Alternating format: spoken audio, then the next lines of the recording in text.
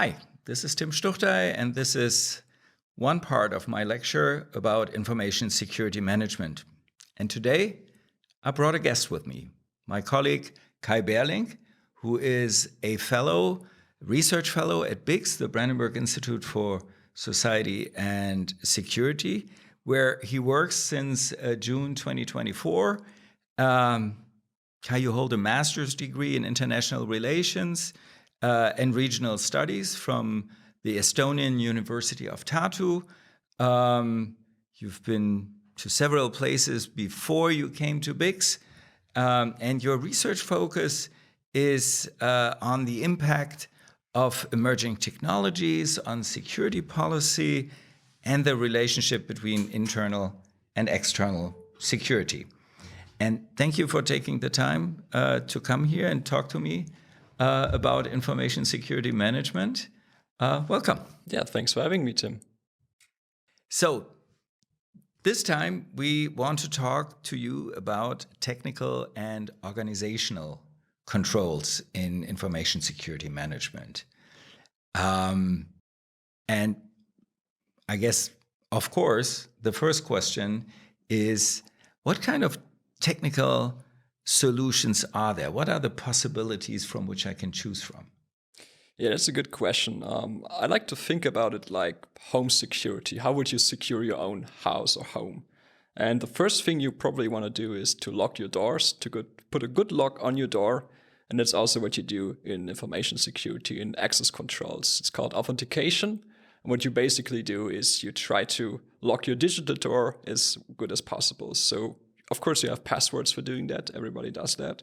But you also have lots of other possibilities, like biometric identification, using your face, your fingertips, or your voice to access your data, or using encryption, of course, having the right decryption and encryption keys set for your organization. And of course, multi-factor authentication using a second device, not just your password, but also something else, your phone, or any other device to authenticate yourself. So that's basically the digital locks you put on your door.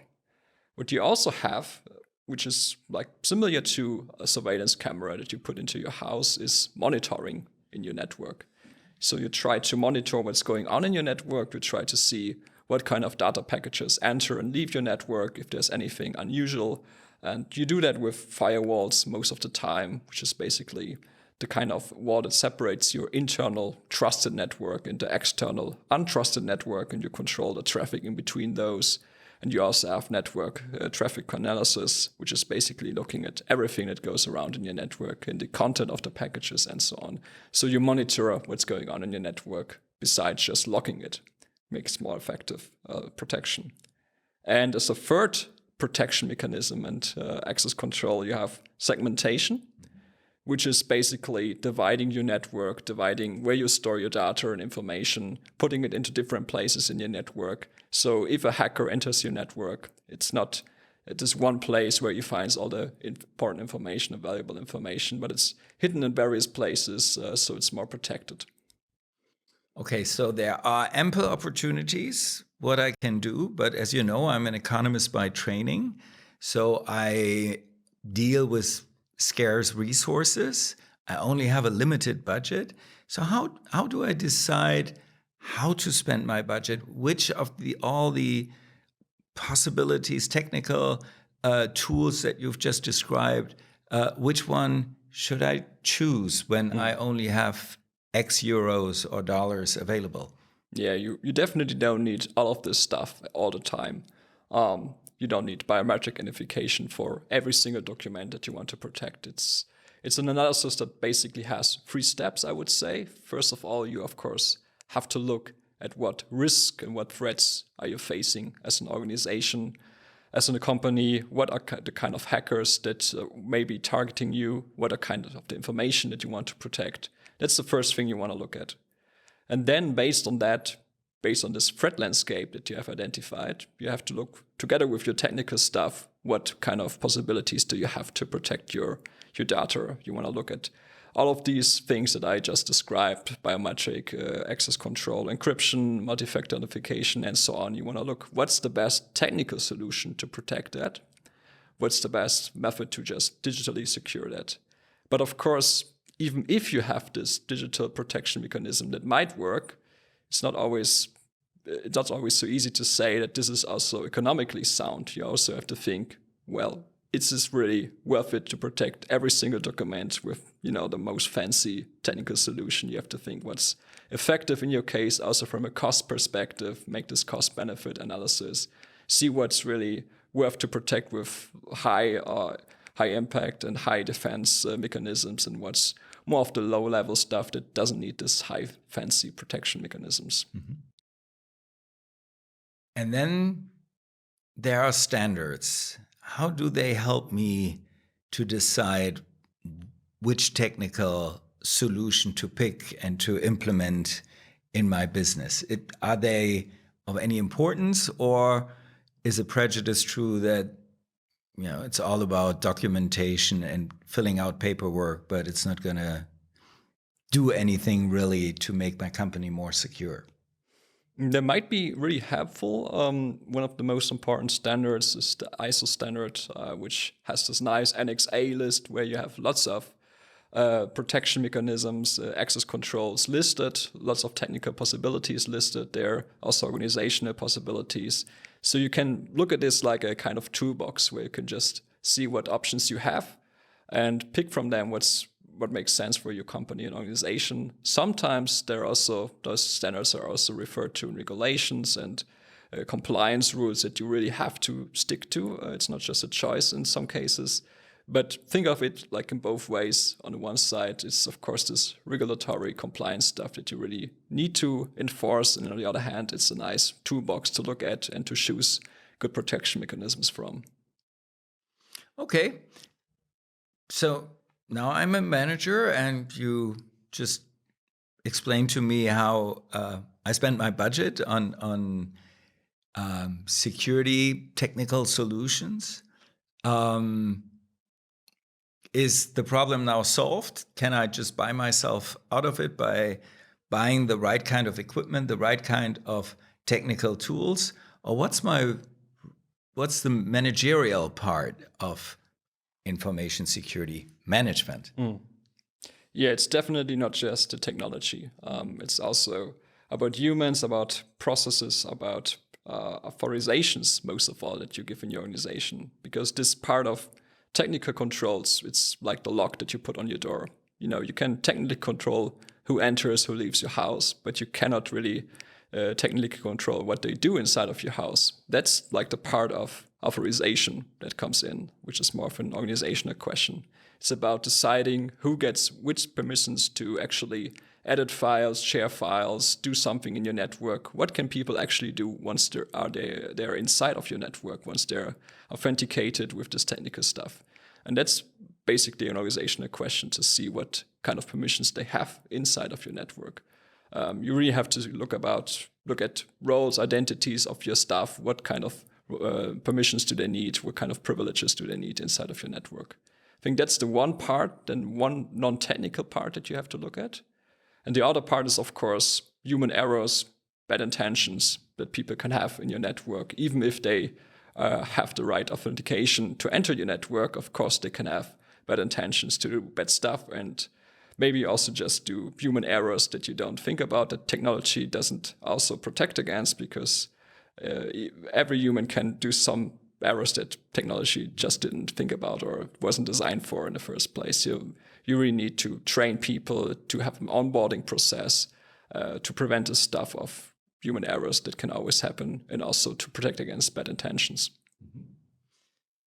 Now, out of the top of your head, can you think of any real-world examples where organizational or technical solution, or better, the combination of them, have either failed utterly or have saved the day for the company and did a good job in saving, the valuable data or whatever it is that you need to protect in information security? Yeah, I think one example that comes to my mind of how not to do it was a few years ago. It was at the US retailer Target, which is basically a huge retailer in the USA with lots of shops everywhere in the country, and it was breached very heavily.